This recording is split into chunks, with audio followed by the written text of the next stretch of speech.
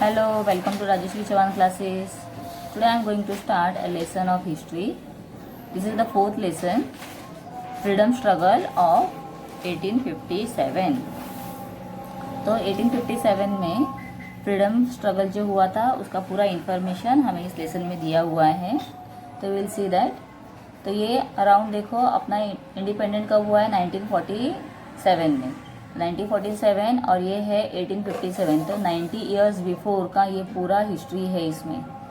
In 1857 a great struggle took place in India which completely shook the British government. This struggle did not arise all of a sudden. तो ये अचानक से ऐसे start नहीं हुआ था. तो इसके पीछे बहुत लोगों ने अपनी सोचा है, समझकर मतलब क्या करना है इस बारे में बहुत लोगों ने डिस्कशन किया होगा, बहुत लोगों ने मीटिंग्स लिए होंगे जो फ्रीडम फाइटर्स थे. And earlier as well many such struggles took place in India against the British. The scope of the struggle of 1857 and its background was taken into consideration by V.D. Savarkar. In his book, The Indian War of Independence 1957, later many revolutionaries got inspirations from it to fight against the British. तो ये विनायक दामोदर सावरकर जो है उनका यहाँ पे VD. Savarkar दिया है. तो उनके बुक में जो बुक का नाम था the Indian war of independence 1857. तो इस बुक में उन्होंने जो लिखा हुआ था वो पढ़ने के बाद बहुत सारे लोगों के अंदर एक तरह की जागरूकता आ गई थी और उन्हें एक इंस्पिरेशन मिल रहा था कि हमें भी क्या करना है, अगेंस्ट ब्रिटिश फाइट करना है. ठीक है, मतलब इस तरह से ये जो स्ट्रगल है स्टार्ट हो गया था. The struggle before 1857. तो बिफोर 1857 क्या था? At every place where the British rule was established in India the local people had to bear the ill effects of British government. तो जो लोकल पीपल थे, वहाँ के जो कॉमन पीपल है, उनको जो ब्रिटिश है उनके पूरे रूल्स को फॉलो करके ही चलना पड़ता था. एंड अगर कोई भी उन्हें चेंजेस लाने हैं, they cannot do anything without permission. तो ब्रिटिश के परमिशन के बिना वो कुछ भी नहीं कर सकते थे. तो 16th सेंचुरी में ब्रिटिश अपने इंडिया में आए थे, लेकिन आने के बाद अभी देखो यहाँ पे ऑलमोस्ट 200 इयर्स से भी ज़्यादा हो गया है. बट फिर भी लोगों को ब्रिटिश लोगों से डर कर रहना पड़ रहा था. उनके जो भी कॉन्सिक्वेंसेस हैं उन्हें उसके सहन करने पड़ रहे थे. उसके जो परिणाम थे वो सब सहन करने पड़ रहे थे. The Indians started feeling that they are exploited in every strata due to the companies rule. तो कंपनी ने जो भी रूल्स बनाए थे, जो भी उनके लाइक वी कैन से जैसे उनके रूल्स है या नियम हैं, उसे उन्हें सबको क्या करना पड़ रहा था. दे आर फीलिंग कि हमें ये सब एक्सप्लॉइट करना है, इसे सब बंद कर देना है, छोड़ देना है. This resulted in increase of discontent against their rules. तो लोगों के अंदर एक जागरूकता आ रही थी कि अगर हमें कुछ अगर करना है अपने देश के लिए, देश को फ्रीड करना है, तो what we have to do, जो ब्रिटिश रूल्स है उसके अगेंस्ट हमें जाना पड़ेगा. Then the farmers and the common people became bankrupt during the company rules. मतलब क्या हो रहा था, कॉमन पीपल जो है और जो फार्मर्स है वो सब क्या हो रहे थे, वो सबका जो भी अपना प्रॉपर्टी है सब उनके हाथ से निकल रहा था because of the British rule. तो ब्रिटिश रूल में कैसा था, अगर फार्म है तो वो क्या करते थे, फार्मर्स को लैंड देते थे वर्क करने के लिए for cultivation. They are providing land और लैंड के ऊपर उन्हें रेवेन्यू भरना पड़ता था, टैक्सेस देने पड़ते थे. और प्लस जो भी वहाँ पर वो कल्टीवेट करते हैं वो कल्टीवेशन का भी पार्ट उन्हें देना पड़ता था. मतलब यहाँ पे फार्मर्स कम्प्लीटली क्या हो रहे थे, उन्हें ज़्यादा कुछ इनकम नहीं मिल रहा था, उल्टा वो नुकसान हो रहे थे. और अपने जो भी जिनके खुद के लैंड है उन्हें क्या करना पड़ रहा था, कंपनीज के पास में उसे गिरवी रखना पड़ रहा था. In 1770 there was the major famines in the Bengal province. तो वहाँ पे बहुत बड़ा क्या आ गया था, एक टाइप का अकाल आ गया था. But the British rulers were indifferent and insensitive toward Indian people. मतलब जो ब्रिटिश लोग थे उन्हें इंडियन लोगों के बारे में कोई भी फिक्र नहीं थी, वो उनकी किसी भी बात के बारे में सोचते नहीं थे, उन्हें ज़रा भी इंडियन पीपल के बारे में ऐसे लगाव नहीं था, अपनापन नहीं था। And from 1763 to 1857 the peasants of Bengal, peasant मतलब फार्मर्स होते हैं, peasants of Bengal participated in the rebellion led by the Sanyasi Fakir. तो एक जो रेबेलियन स्टार्ट हुआ था उन्होंने क्या किया, उसमें पार्टिसिपेशन किया जो फार्मर्स थे वो भी। अब देखो इसमें उन्हें भी ऐसे लग रहा है कि हमें भी अगर कुछ चेंजेस लाने हैं तो we also have to fight against British, हमें भी फाइट करना ही पड़ेगा। तो वो भी अब क्या हो गए हैं, इनके साथ में पार्टिसिपेट करने लगे हैं। Similar revolts took place in Gujarat, Rajasthan, Maharashtra and south India. तो ऐसे ही जो पीजेंट्स ने स्टार्ट किया था ब्रिटिश के अगेंस्ट, ऐसे ही यहाँ पर गुजरात, राजस्थान, महाराष्ट्र और साउथ इंडिया में भी सेम फाइट अभी स्टार्ट हो गई थी। The Umaji Naik also gave a strong fight, he organised the Ramoshis and the local youth to try revolt against the British. तो जो उमाजी नाइक है, यहाँ पर देखो उनका फोटो भी दिया गया है, जो उमाजी नाइक है उन्होंने क्या किया, बहुत ही स्ट्रांगली ब्रिटिश के अपोजिट मतलब विरोध में मतलब वो क्या किया है कि हमें ब्रिटिश से क्या चाहिए, सबको फ्रीडम चाहिए था, तो इसके लिए हमें उनके खिलाफ जाना पड़ेगा, we have to fight against them. इसलिए उन्होंने क्या किया है, उमाजी नाइक ने जो यूथ लोकल थे वहाँ के, मतलब जो जवान बच्चे थे, उनको सब क्या किया, ब्रिटिश के अगेंस्ट उन्होंने खड़ा किया। And they drew a declarations and appeal to fight against the British and overthrow the government. और उन्होंने क्या कहा उसमें, उन्होंने ऐसे घोषणा की वहाँ पर, ऐसे अपील किया कि हमें अब ब्रिटिश के खिलाफ फाइट करना है और ब्रिटिश को हमें यहाँ से क्या करना है, उखाड़ के फेंक देना है, निकाल देना है अपने इंडिया से, अपनी कंट्री से। तो इसीलिए and they don't want to follow this government, they inspired the people in Pune, Satara, Ahmednagar, Solapur, Nashik, Bhor etcetera. In 1832, Umaji Naik was arrested and hanged to death in Pune. लेकिन ऐसे जब वो सबके दिल में वो रिवॉल्ट ला रहे थे ब्रिटिश के अपोजिट, लेकिन फिर भी क्या हुआ है, एंड में यहाँ पर उन्हें खुद को ही अपनी जान गंवानी पड़ी है। उन्हें पकड़ लिया गया था, अरेस्ट किया गया था and also he was hang, उन्हें फांसी दी गई है पुणे में। कब हुआ है ये, 1832 में।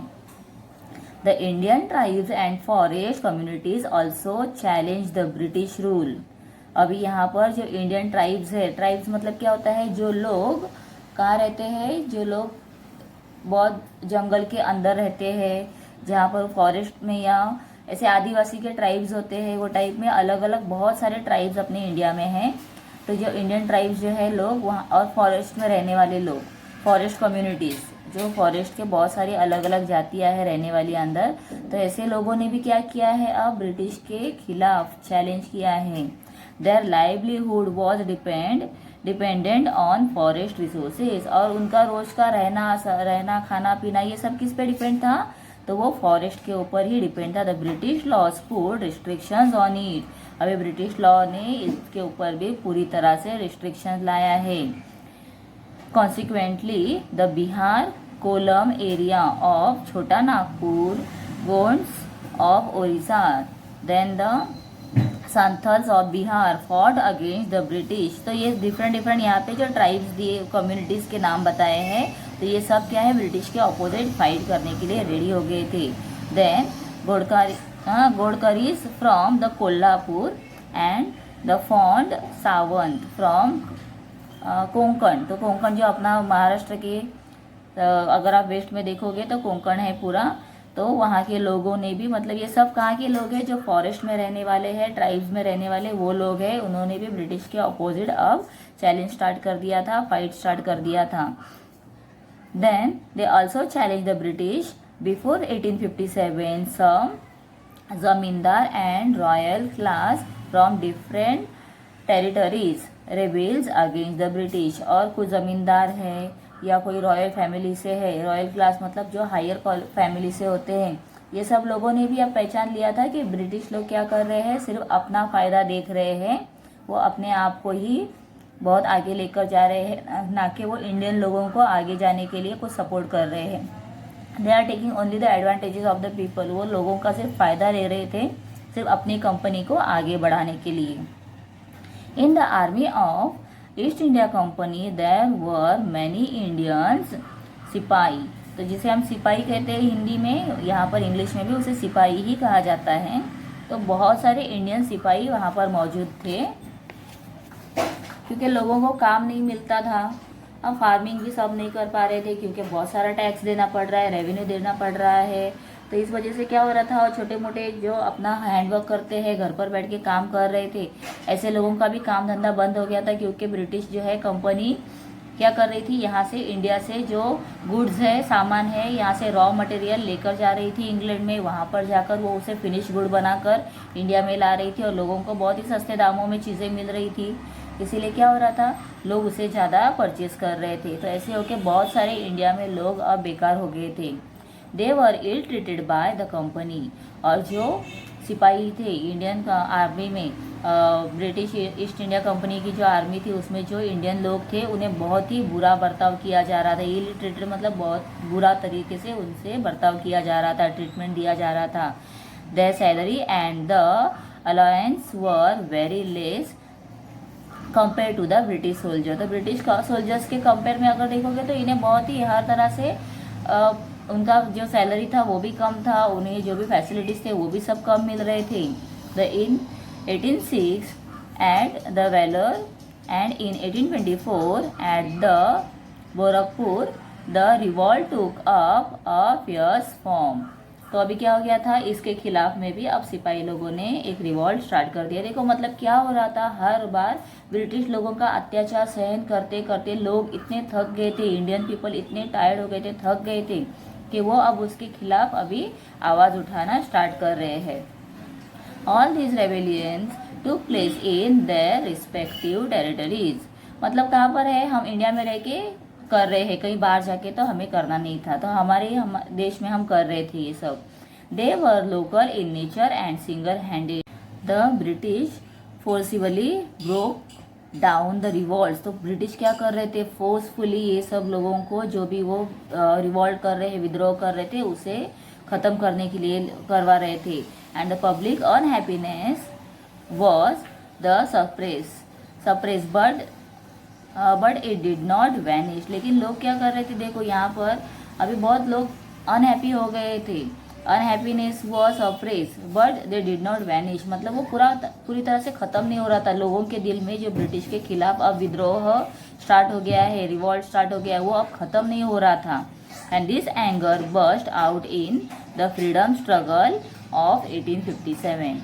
और यही क्या हो गया, जो गुस्सा ब्रिटिश के तरफ से जो गुस्सा था लोगों के दिल में, उनके लिए जितना उनके दिल में जो गुस्सा बैठा था, एक तरह से वो क्या हो गया, अभी बर्स्ट हो गया है। जैसे बलून में हम जितनी हवा भरते जाएंगे उसका लिमिट ख़त्म हो जाता है तो वो बर्स्ट हो जाता है। ऐसे ही लोगों का यहाँ पर क्या हो गया, लिमिट अब सहन करने का ख़त्म हो गया था।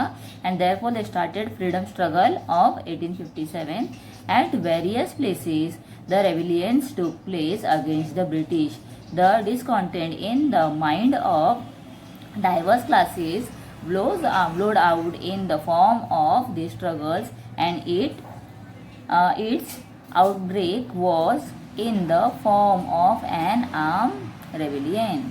The next point we have causes for the struggles of 1857. तो उसके क्या causes थे, we will see here that during pre-British periods there were many kingdoms in India. India में बहुत सारे किंग्स थे जिन्होंने राज किया है। बाद में क्या हो गया, एक एक ब्रिटिश आने लगे और ब्रिटिश लोगों ने वहाँ पर उनके कोर्ट में वो उन्हें हेल्प करने के बहाने से आते थे, और वहीं पर उनके कोर्ट में रहकर अपना पूरा गवर्नमेंट उनके थ्रू चलवाते थे। What ever changes took place at the centre never affected the village system. The village system continue as it is, but the British changed the prevalent systems and tried to set up a new system. Looking at the changing nature of village system created a feeling of the instability and insecurity in the mind of the people. तो इससे क्या हो रहा था, लोगों को पता चल रहा है कि ये स्टार्टिंग में तो उन्होंने सब जैसा था वैसे करवाया, लेकिन अब ये पूरा टोटली यहाँ पर चेंजेस ला रहे हैं। और इससे क्या हो सकता है, इनसे इसके वजह से हम अभी यहाँ पर इनसिक्योर, मतलब अपने ही किंगडम में हम इनसिक्योर हो गए हैं। ऐसे लोगों को पता चलने लगा था, उनके माइंड में ये सब थॉट्स आने लगे हैं। इकोनॉमिक कॉजेज, अभी इकोनॉमिकली क्या चेंजेस आने लगे हैं। The British introduce the new revenue system to increase their income. Taxes were possibly extracted from the farmers. देखो यहाँ पर दिया है कि फार्मर्स से वो क्या करते थे, एक्स्ट्रा टैक्स लेते थे, और वो भी forcefully. As a result of it the agriculture system collapse. To sell the British goods in India and enjoy profit was the policy of the British. तो जैसे मैंने बताया था कि वो क्या कर रहे हैं, ब्रिटिश गुड्स को इंडिया में ला रहे थे, ब्रिटिश का जो भी सामान था वो इंडिया में लाकर यहाँ पर वो उसे प्रॉफिट कमाने के लिए, फ़ायदा कमाने के लिए बेच रहे हैं। दे impose heavy taxes on the local industries. तो अभी वो क्या कर रहे हैं, देखो मतलब पूरा अपना गवर्नमेंट चला रहे हैं, अपने रूल्स चला रहे हैं इंडियन पीपल्स के ऊपर। And the handicraft and the textile industry of India were the ruin. और इस वजह से आपने जो इंडिया में जो हैंडीक्राफ्ट वर्क चल रहा था, मतलब जो हाथ से बैठकर बास्केट बनाओ या वीविंग का काम करो, कपड़ा बनाओ, साड़ियाँ बनाओ, ये सब जो वीविंग का काम चल रहा था, टेक्सटाइल इंडस्ट्रीज थी, ये सब क्या हो रहे थे, अब र्यून होने लगे थे। The many Indian artisans become unemployed. तो यहाँ पर जो आर्टिजन्स थे, मतलब जो काम करने वाले लोग थे, ये सब क्या हो गए हैं, छोटे मोटे जो मतलब मटके बनाना, कपड़े बनाना, बहुत सारे हैंडवर्क होते हैं जो आर्टिजन्स करते हैं, ये सब अब क्या हो गया था, सब लोग अनएम्प्लॉयड हो गए थे। क्योंकि क्या हो रहा था, यहाँ पर ब्रिटिश यहाँ से रॉ मटेरियल लेकर जा रही है, ले जाकर वो उसके फिनिश गुड बनाकर, उसका माल बनाकर इंडिया में फिर से लाकर टैक्स के ऊपर बेच रही है, ज़्यादा टैक्स लेकर। मतलब यहाँ इंडिया का पैसा क्या हो रहा है, ज़्यादातर उनके पास ही जा रहा था। They had growing the discontent in their mind against the British. Then the social causes. The Indian felt that the Britishers were interfering in the culture, traditions and custom of India. मतलब क्या हो रहा है, वो totally India में पूरी तरह से अब क्या हो गए हैं, अपने आप को पूरा इंडिया को अपने अंडर वो लेना चाह रहे हैं, पूरा इंटरफेयर कर रहे हैं, मतलब पूरी तरह से अपने इंडिया के रूल्स में सब तरह में वो घुस रहे थे। Means they just wanted to show that ये पूरा जो अपना कंट्री है वो अब किसके अंडर है, ब्रिटिश के अंडर है। Sati prohibitions, widow remarriage act were correct from social point of view, but the Indians thought that it is an interference in their lifestyle and hence they were dissatisfied. अभी आप देखोगे कि सती प्रथा थी, मतलब अर्ली एज में शादी होने के बाद या यंग एज में शादी के बाद क्या हो रहा था, सपोज कोई बहुत सारे तब क्या थे, ऐसे एपिडेमिक थे, बहुत सारी बीमारियां आती थी, इस वजह से जल्दी से मौत हो जाती थी क्योंकि दवाइयाँ उतनी अपने पास अवेलेबल नहीं थी।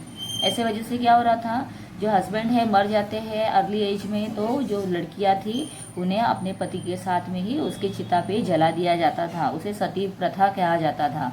तो उन्होंने वो बंद करवाया। विडोज रीमैरिज, मतलब जो विडो थी जिसके हस्बैंड मर गए हैं तो वो विडो बनकर रहना पड़ता था। मतलब ये हर एक की अलग अलग परंपरा थी, तो विडो बनकर ही उसे रहना पड़ता था। तो उन अर्ली एज में विडो होने के बाद पूरा लाइफ अकेले स्पेंड करना, वो भी उन्हें बहुत ही इल इफेक्ट ट्रीटेड किया जाता था, बहुत बुरा बर्ताव किया जाता था ऐसे गर्ल्स का। तो उन्हें भी रीमैरिज करने का एक्ट जो है ब्रिटिश ने स्टार्ट किया। तो ये सब पॉइंट ऑफ व्यू अगर देखोगे तो बहुत अच्छा था, लेकिन इंडियन पीपल जो थे उनके जो अपने खुद के बनाए हुए नियम थे उसमें कहीं पर ये चेंजेस लाने जा रहे थे। Therefore Indian people were dissatisfied, वो सेटिस्फाइड नहीं थे। Then the political causes, after 1757 the British took charge of many Indian states. Later, Lord Dalhousie annexed many princely states on various causes. princely state क्या होता है, मतलब अगर एक state है, अगर आप देखोगे, मैं आपको एक मैप दिखाऊँ यहाँ पर, अगर सपोज लो ये स्टेट है, तो यहाँ पर इतना स्टेट है, ये यहाँ पर कोई एक अपना किंग है या जो वहाँ के ज़मींदार है वो खुद वहाँ का स्टेट जो है उसको अपना जो टेरिटरी है उसे वहाँ पर पूरी तरह से चला रहे हैं। लेकिन अब ब्रिटिश मतलब वो दूसरों के साथ में एनेक्स नहीं होना चाहते हैं, जॉइंट नहीं होना चाहते हैं, लेकिन ऐसे लोगों को अब क्या किया है ब्रिटिश ने, वो उनका जो टेरिटरी था उसे भी अपने कंट्रोल में ले लिया है। Then princely states on various causes. The Nawab of Ayodhya was dethroned on the ground of maladministrations, whereas the princely states of Satara, Nagpur and Jhansi were annexed through the doctrines of land. Due to the policies of Dalhousie, the Indians did not consider the British as trustworthy. तो जो नवाब of Ayodhya था उसे भी क्या कर दिया है, उसे भी अपने क्रूर प्रथा की वजह से उसे वहाँ से निकाल दिया गया था, और मतलब उसका जो राज था वो भी अभी ब्रिटिश ने अपने अंडर ले लिया है। वैसे ही जो सातारा है, नागपुर है, झांसी है, वहाँ का जो भी स्टेट था, प्रिंसली स्टेट था, उसे भी अपने अंडर कर दिया है। और इसी वजह से क्या हो रहा है, जो पॉलिसीज थे डलहौसी के, जो पॉलिसीज थे वो इंडियन लोगों को क्या हो रहे थे, पसंद नहीं आ रहे थे, वो उस पर कोई भी तरह से भरोसा नहीं कर पा रहे थे। डिसकंटेंट अमंग इंडियन सोल्जर्स, अभी इंडियन जो सोल्जर्स है उनके बीच में बहुत बुरी तरह से अब क्या हो गया था, डिसकंटेंट हो गया था, मतलब बहुत बुरा उनके अंदर विचार आने लगे थे। They were not feeling happy. So why this happening? Because the Indian soldiers were given the low status by the British officers. तो ब्रिटिश ऑफिसर जो थे इंडियन सोल्जर्स को बहुत ही कम लेते थे, मतलब वो बहुत उनके साथ में इल ट्रीटमेंट कर रहे थे, बुरा बर्ताव कर रहे थे। मतलब अपने ऑफिसर्स को रिस्पेक्ट देना है, लेकिन वही लेवल पे इंडियन ऑफिसर है तो उसे रिस्पेक्ट नहीं देना है। They did not gain any post higher than the subedar. और इंडियन जो सोल्जर है कितना भी हार्ड वर्क करे, लेकिन उन्हें सूबेदार के पद से आगे वाला पोस्ट नहीं मिल रहा था। They were paid less compared to the British soldiers. The alliance were also gradually decrease. तो उनका अलायंस जो था वो भी क्या हो रहा था, बार बार कम होते जा रहा था, बढ़ने के बदले क्या हो रहा है, कम हो रहा है। Due to this the reason there was the growing discontent among the Indian soldiers. Discontent मतलब क्या हो रहा है, मतलब उनके अंदर एक तरह से खुशी नहीं थी, वो खुशी पूरी निकल रही थी अपने अंदर से, वो बुरी तरह से उनके साथ व्यवहार किया जा रहा था, इसीलिए ये सब हो रहा था। Immediate cause in 1856 the British provided long Enfield rifles to the Indian sipahi. The sipais were required to bite the end of the cartridge. Cartridge मतलब क्या होता है, सपोज वो जो गोला बारूद होता है, जैसे आपने फिल्मों में देखा होगा, उसे क्या करना पड़ता है, मुंह से खींचकर फिर फेंका जाता है जो बॉम्ब होते हैं। Okay, the news spread out that this cartridge were smeared in the fat of cow and pig. और उसका जो कार्ट्रिज था उसके ऊपर का जो पार्ट है उसे क्या करना पड़ रहा था, उसे मुंह से निकाल के फेंका जाता है। और वो किससे बनाया जा रहा था, काऊ एंड पिग। और अगर आप देखोगे तो काऊ हिंदूज के लिए बहुत ही क्या है, जैसे भगवान मानते हैं, और पिग मुस्लिम लोगों के लिए बहुत ही बुरा होता है। आई थिंक मुझे ऐसे लग रहा है। तो इसके लिए क्या हुआ था यहाँ पर, जब due to this religious sentiment of Hindu and Muslim sipahis were hurt and made them unhappy। और इस वजह से क्या हो रहा है, देखो, may be they are working for British के लिए काम कर रहे थे, फिर भी वो अपनी ईमानदारी से काम कर रहे, लेकिन लोगों के अंदर कुछ तो बुरा आना चाहिए एक दूसरे के लिए। इसलिए ब्रिटिश ने क्या किया है, जो कार्ट्रिज थे उसके जो स्विमर्स थे वो क्या किया है, स्मीड्स मतलब क्या है, वो आगे जो होता है उसे फैट लगाया था काऊ और पिग का। तो जब मुंह से निकालेंगे तो अगर हिंदू लोगों के लिए काऊ का फैट हुआ तो उनके लिए तो बहुत बुरा है, बिकॉज दे वर्शिप दैट, उसकी पूजा करते हैं। और पिग अगर देखोगे तो मुस्लिम उसे नहीं मानते हैं। तो इस वजह से लोगों के अंदर बहुत ही क्या हो गया था, रिलीजियस सेंटिमेंट हो गए थे सब लोग। Then outburst. तो बच्चों आगे का जो पार्ट है पेज नंबर 16 का ये, और 17 आगे का लेसन मैं आप लोगों को नेक्स्ट वीडियो में अपलोड करूंगी। मैं यहीं पर ये लेसन स्टॉप कर रही हूँ। और हम क्वेश्चन आंसर्स भी इसके ज़रूर करेंगे। मैं सारे आंसर्स आप लोगों को 1 बाय 1 प्रॉपरली एक्सप्लेन करके बताऊंगी, तो आप लोग इसके लिए मेरे वीडियो ज़रूर देखो। अब तक अगर सब्सक्राइब नहीं किया है मेरे चैनल को तो सब्सक्राइब ज़रूर करो। और एक मेरा चैनल है राजेश किचन, आप उससे भी एक बार देखो और सब्सक्राइब करो, ऐसे मैं चाहती हूँ, तो please do it for me. Thank you.